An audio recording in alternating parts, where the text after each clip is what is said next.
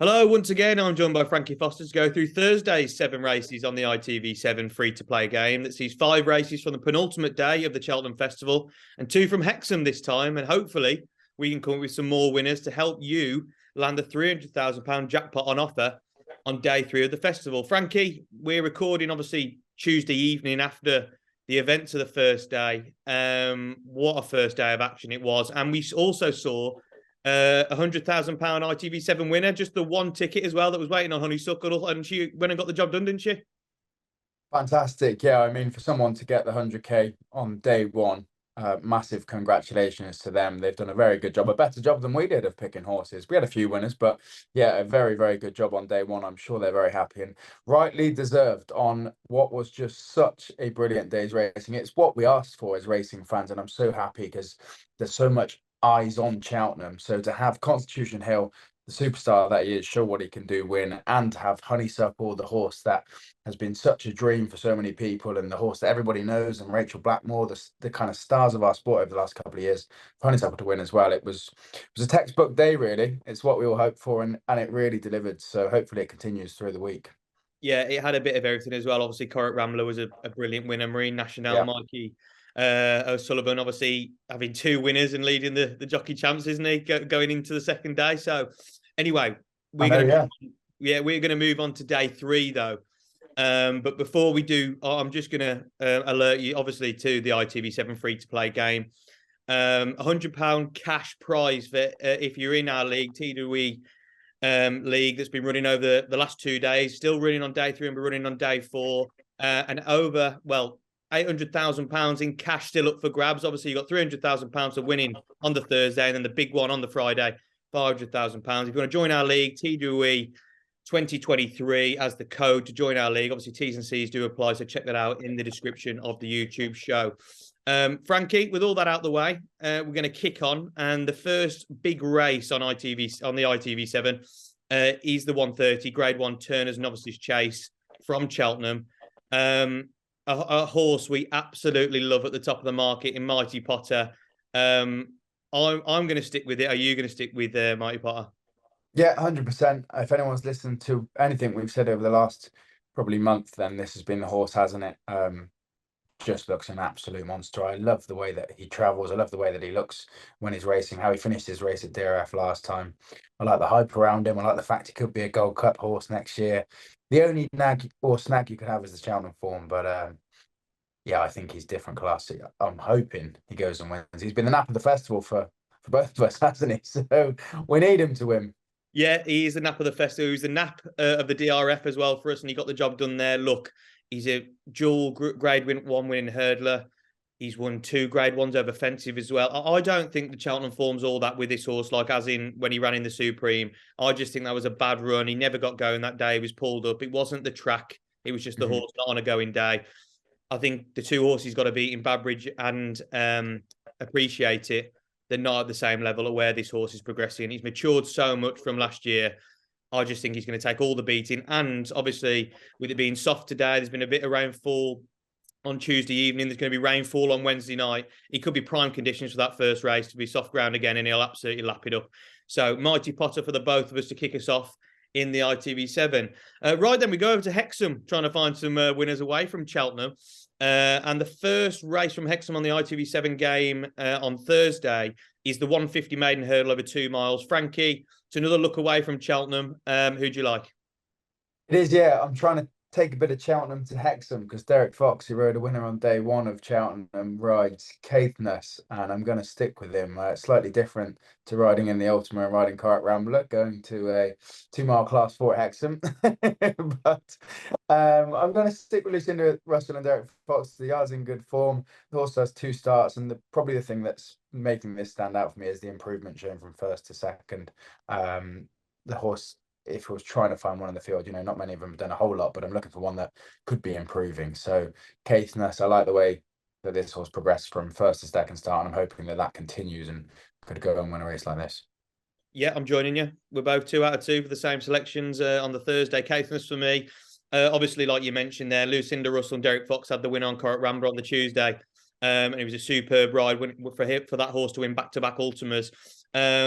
and for Derek Fox to come over to Hexham to ride this. Look, he's got some smart form, actually. If you look at it behind Colonel Harry's obviously gone and finished second in the Grade 2 Premier Novices Hurdle, and obviously ran well in the Tolworth as well. And then when he went to Newcastle, he was only, just over 5 lengths behind the winner, Bluefin. Not far behind, yeah. Yeah, so like you said, he might have finished, he did finish third, then finished fourth, but actually the gap between his finishing distances were much better. And this field is very, very weak, really. So a horse that is potentially showing progression for a stable that's in form. I'm the Cheltenham Festival winner on the week. Caithness for me was probably the best of a bad bunch in that Hexham race. So we'll be sticking with that. Right, back over to Cheltenham then for their second race of the afternoon on Thursday. And it sees the 2:10, the first handicap of the day, the Attempts Handicap Hurdle final. A huge field, Frankie, as always, going to post. But who is your winner? Yeah, see, I was frustrating, really. I was looking at that race at Cheltenham that Shoot First is now, that Shoot First 1 now is out of the race. And I was looking at both Salvador, Ziggy and Oto. I think the ground goes against both of those, especially on Toya and Salvador Ziggy's on the drift. So the market usually tells a story at Cheltenham. That's one thing I would be mindful of. The horse starts to drift, you rarely see them go and win. So I'm going with Gordon's other, Maxum, who's won a couple of good races. He's raced the trip a couple of times. He's gone on soft ground. He was poor last time out, but as we know, festival, as long as you've got some good form in there somewhere, you can usually bring that back to a handicap at the right time, especially with good trainers like Gordon Elliott. So I like the form over 3 miles. He looks a smart horse. Davey takes the ride. You should be the best of Gordon's. Yeah, the two I'm tipping on the winners enclosure page is Maxim and Italor, and the one I've gone for in this one is the bigger price on Antalor. So I do like Maxim a lot. I think you make a good case.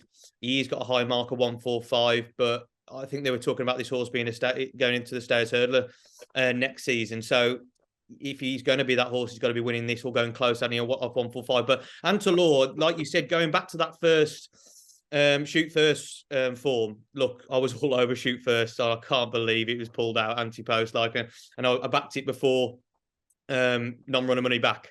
So I've lost those slips on Shoot First, but I still think the form holds up. And even though he has shown form on good ground out to law, he has shown form on soft as well. Even he might not have won as much cutting the ground as others, but I do think that since finishing third in that race, giving weight away to Shoot First, he's been put away. He's been saved for this. He's only got up £3 to a mark of 139. If you look at last season, and even going back to 2021, he's been winning races like nothing. And then off the back of that, finishing second and third. He's a very, very consistent horse. And I think he'll definitely hit the frame. And I just think only going up £3 higher up to a mark of 139, I think he's got a big chance. And I think being saved is what will be the making of this horse. So I hope Antalor can go close. But Maxim for you, I think it's a big shout as well. Right, Hexham's second and final race on the ITV7 game on Thursday. Is the 2:30 handicap chase over 3 miles. Frankie, this race really doesn't give us much, does he? Doesn't give us any clues from a form basis. So go and find the winner. It doesn't, no. So the things I'm looking for is trip, ground and course form. Gypsy Lee Rose ticked the most boxes, having raced over 3 miles a number of times, having won round Hexham before, has dipped his toe into Class 4 company, and has probably the best RPRs anyway on softer ground. So you're nodding. I think you probably did the same sort of thing. Yeah, we have not swapped notes. We've literally have not swapped notes at all. But Gypsy Lee Rose is what I'm going for as well. Look, there's not much to go off here. This horse, the reason I've gone for this horse, it's a race that lacks depth, and I just thought you've got to find an angle in. The angle I found in, if you look back through his runs, he ran in a handicap chase at Hexham over course and distance. At the end of 2022, off a mark of 102, and finished second of 11. He was giving weight away to the winner that day. She hasn't ran well since. She's been to Kelso, Newcastle and Ayr and underperformed, but she's dropped to a mark of 96 now. She's £6 lower than that 102 when she was second at Hexham over course and distance. So I just thought off that mark of 96, back on soft ground, although it's top weight, it's a field that lacks depth. I just thought that was the angle in with Gypsy Lee Rose. So I hope the mare can go close in that one as well as you do. Next up at Cheltenham, then, it's the Grade 1 Ryanair Chase. We're back to Grade 1s, thankfully, at Cheltenham. And I think this will be a popular vote for many. 8 to 11 favourite, Shishkin. He looked back to his best last time out. Frankie, are you going to take him on or are you going with Shishkin? I'm not. No, I'm not that brave to take him on, especially not in an ITV7. I mean, you might be looking for a value play elsewhere, but if you're trying to find the most likely winner for an ITV7, I think Shishkin is that on all known form. If he turns up to his best, he'd be very, very hard to beat here. And that run at Ascot last time was fantastic and enough to persuade me to think he's going to go and win this. Yeah, multiple Grade 1 winner over hurdles, fences, Supreme winner, Arkle winner. Didn't happen in the champion chase last season, but I think what's been shown since then, he's over his bone condition, he's over his palate problems, and being stepped up in trip last time out in that Ascot chase, he was absolutely brilliant, wasn't he? And look, Pick Dory's probably a Grade 2 horse trying to win a Grade 1, but he brushed him aside like he should, 16 lengths. I think this trip is absolutely made for him. I don't think the Ryanair is that good of a race at all. I think Shishkin is one of the strongest favourites of the week at the Cheltenham Festival if he doesn't bounce, but I don't think he will. I think he's a class act. And in the ITV7 game, if it's not broke, don't fix it. So Shishkin for the both of us as well. Right then, the big race of the afternoon at Cheltenham is the penultimate race on Thursday's ITV7. And it is the Grade 1 Stayers Hurdle. This is a really wide open Stayers Hurdle this season. Blazing Cal's had his problems at the top of the market. Tia Hoopu, yes, his soft ground is coming, but is he a Grade 1 horse over 3 miles? Home by the Lee's been solid all season. Obviously, we've got Florin Porter as well, dual winner of this race if he comes back from his setback in sound form. Frankie, who are you going with? Yeah, I'm going with Florin Porter to make it a hat trick. I mean, I can pick holes in a couple of these horses that previously raced in the Stayers and don't win, rarely come back to reverse the form. Tia Hooper is probably the newcomer I'm most worried about. Blazing Carl's had his issues, and that Boyne Hurdle wouldn't be a race to produce Stayers Hurdle winners with it being quite close. But he does look probably your right favourite on kind of best form. But Florin Porter, he's won this race twice, and yeah, horses come back to Cheltenham when they reproduce those efforts. And I don't think his form's that bad this year. He's took a similar sort of route with only having 2 prep runs. One was over 2.5, so we're kind of discounting that. The other was over 3 miles, and he was actually only 3.5 lengths back. It's not bad form at all, and they would have been leaving a little bit to work with for the festival. It's a group of us, young Irish lads in a syndicate that got him for a reasonable price. I know what I'd be saying. I don't care what happens this year, as long as we go to the festival in good form, and I think that's what they're doing. So, yeah, Florin Porter and Danny Mullins for the hat trick for me. Yeah, we've seen on the Tuesday, haven't we? Honeysuckle coming back to Cheltenham, winning. Constitution Hill coming back to Cheltenham, winning. Court Rambler coming back to Cheltenham, winning. It's not rocket science, is it? So Florin Porter coming back for the hat trick in the Stays has got a big chance, but I think the horse that's underestimated in this market is Home by the Lee. He has been the surprise package in the Stays Hurdle division this season, and he has done absolutely nothing wrong. So I'm going to stand by him. I hope he can land the hat trick. Like you mentioned, he has with the Florin Porter races. He's raced against Florin Porter twice, obviously in the Lismon Hurdle, beating Florin Porter, Bob Ollinger, Ashdale Bob. That was a good performance that day. But if you look at that race compared to his one at Leopardstown, he came off the bridle so early and stayed in that 2 mile fall. If you look at the Leopardstown race in the Grade 1 Christmas Hurdle, he travelled like a dream and then still stayed on. And it was a side to Home by the Lee that we haven't seen before. He's been saved since then. He'll be absolutely fresh for this race. I think he's probably Joseph O'Brien's best chance of a winner at the festival.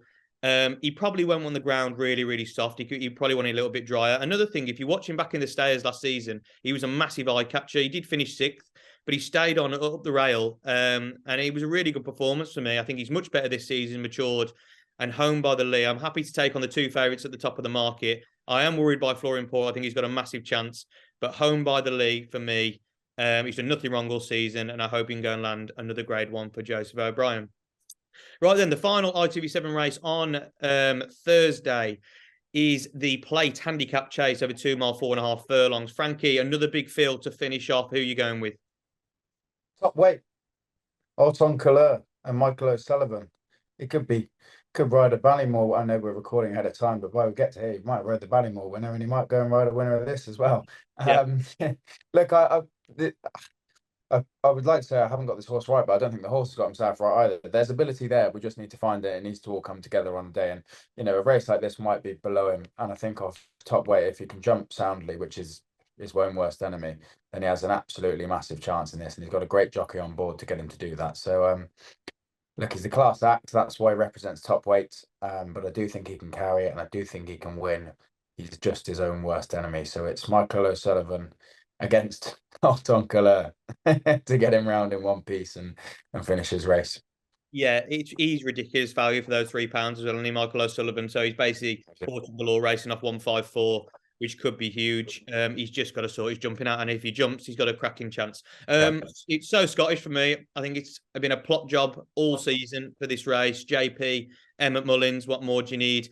He's 4-1 at the top of the market. He's off 143. I still think he's got room in his handicap mark, having been saved since Ascot when finishing behind Bootill. If you look at that race, he was staying on like an absolute dream, but the line came too soon. He gets a further 4 furlongs here. I think that's the trip he absolutely needs. If you look at his races before that, he wasn't really great over hurdles, but since he's been sent chasing, he won at Carlisle. That was off 135. And then obviously sent to Ascot, he was up £8. He's up £8 higher than that. So Scottish for me. I think off 143, he's still got enough in his mark. He's only off 11 stone. I think he's been plotted for this all season. And I know it's a bit boring, but we just want winners, don't we, on ITV7? So Scottish to finish off on Thursday. Frankie, we've absolutely whizzed through that. Look, we will at the end of this one only have one more day to go at the Cheltenham Festival. It was brilliant the Tuesday. Hopefully the Wednesday will be just as good, and the Thursday. So we'll have to wait and see. But thanks again for your ITV7 selections. Don't forget to get involved with this year's completely free to enter ITV7 competition. Use the code TWE 2023 to join the TWE League. Up £100 up for grabs for finishing first on Thursday and Friday in finishing top of the leaderboard.